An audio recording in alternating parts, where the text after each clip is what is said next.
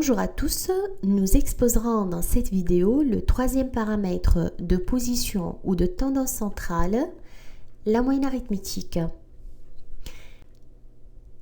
La moyenne arithmétique x bar d'une variable statistique x relative à une population P est la somme des valeurs observées divisée par le nombre d'observations. Dans le cas de données individuelles, la moyenne arithmétique est la somme des valeurs observées xi de la variable statistique x divisée par l'effectif total n.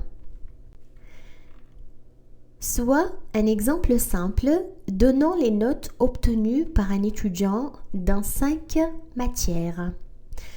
La moyenne arithmétique de l'étudiant A est égale à la somme des notes obtenues par l'étudiant dans les 5 matières, c'est-à-dire somme des xi avec i allant de 1 à 5, divisé par le nombre de matières 5.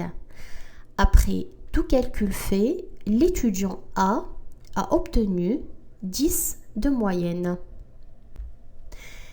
Dans le cas de données groupées, et pour les variables quantitatives discrètes, la moyenne arithmétique est la somme des xi fois ni, le tout est divisé par n. Avec xi, les valeurs de la variable statistique x, ni, les effectifs correspondants, et n, l'effectif total. La moyenne arithmétique peut aussi être la somme des fi fois xi, avec fi, les fréquences relatives. Soit l'exemple donnant les notes de 200 étudiants en statistique.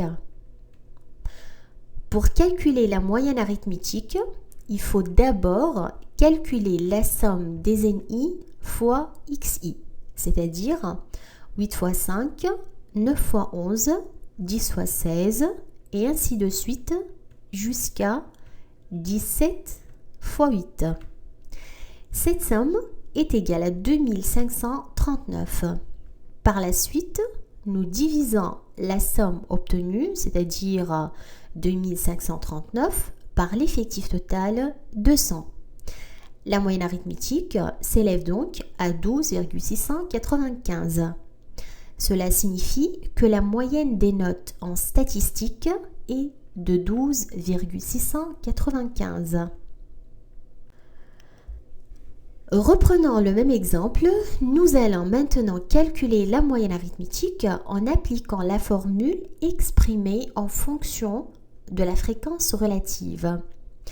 Pour calculer la moyenne arithmétique, il faut d'abord calculer les fréquences relatives fi en divisant à chaque fois les effectifs ni par l'effectif total n, c'est-à-dire 5 divisé par 200, 11 divisé par 200, 16 divisé par 200, 26 divisé par 200, et ainsi de suite jusqu'à 8 divisé par 200.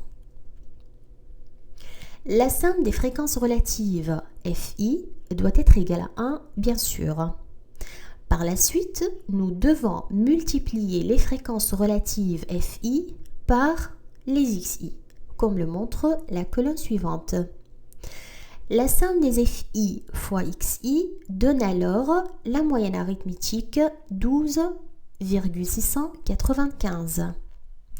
Ainsi, la moyenne des notes en statistique s'élève à 12,695.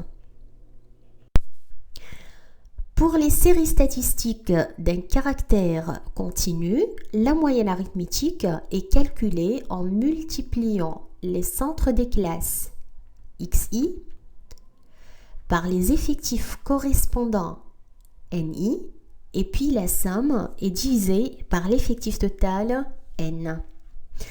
La moyenne arithmétique peut aussi être la somme des fi fois xi, avec xi les centres des classes et fi les fréquences relatives correspondantes. Prenons l'exemple d'une série statistique donnant les pesées de 161 nouveau-nés en kilogrammes. La première colonne donne les intervalles de poids en kilogrammes.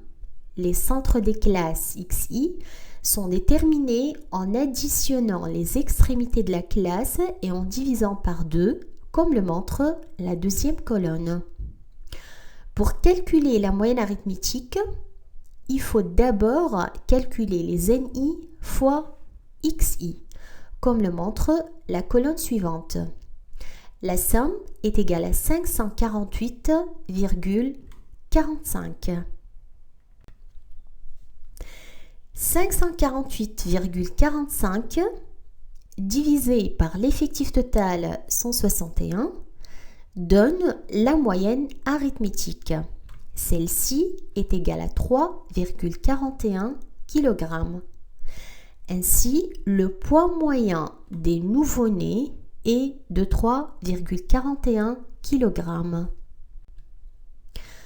Prenons le même exemple et calculons la moyenne arithmétique en appliquant la formule x bar égale à somme des FI fois XI avec I allant de 1 à n.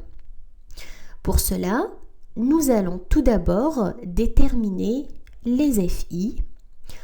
Or, les fréquences relatives FI sont obtenues en divisant à chaque fois les effectifs NI, appelés aussi les fréquences absolues, par l'effectif total N.